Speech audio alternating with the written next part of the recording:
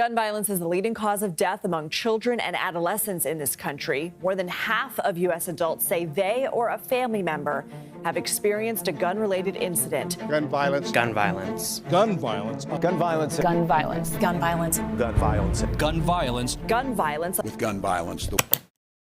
And we kind of decided as a country that it's okay for kids to die in schools if it means preserving the Second Amendment.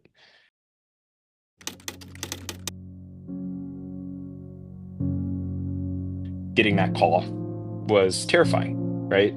My whole world was, I thought everybody that I loved was going to die in a moment, a feeling of helplessness. So my wife stays home, my kid attends the school, we live really close. And so, I work downtown Minneapolis, and just getting that call was terrifying, right? My whole world was, I thought everybody that I loved was going to die in a moment. Now, ultimately, that didn't happen, thankfully, but it was very scary. And, I think if everybody experienced something like that, I think we'd have meaningful gun reform. Members in our community, they deserve real action to keep them safe. In February, the House passed meaningful bipartisan legislation, gun safety legislation, that Senator Mitch McConnell refuses to bring up in the Senate. This legislation, combined with state and local efforts, would help make a difference.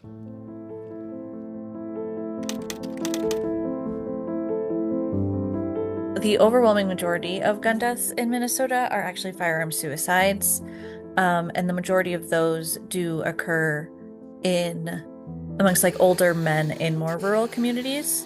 So close to 75% of all gun deaths in Minnesota pretty consistently are firearm suicides. There is a little bit of a misconception on where the most gun violence happens and kind of what the majority of gun deaths look like.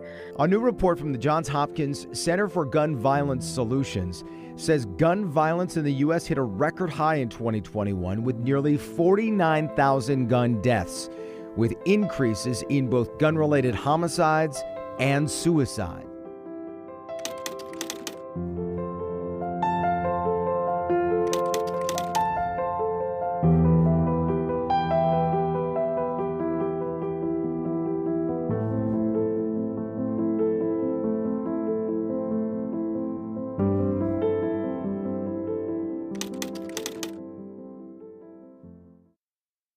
Our country is in a huge mental health crisis. There's not enough resources for these people. And when I say resources, it could be, hospital beds, it could be counseling, it could just be a safe place to go talk to someone to get over the feelings that they're experiencing at the time. Severe punishment is and then, teaching, training at a young age, and disciplining at a young age too.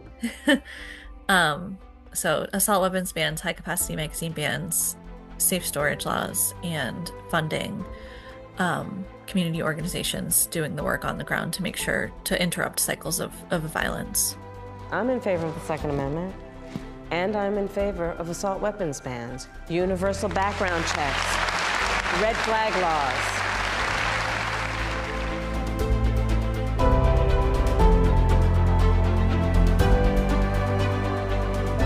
2512 expands the outreach, expands the education, expands the ability to get folks who know and can ask for an extreme risk protection order, get those things in place. So 2513 will lay the groundwork that will require insurance companies to provide us the data on the cost of gun violence and guns in this state.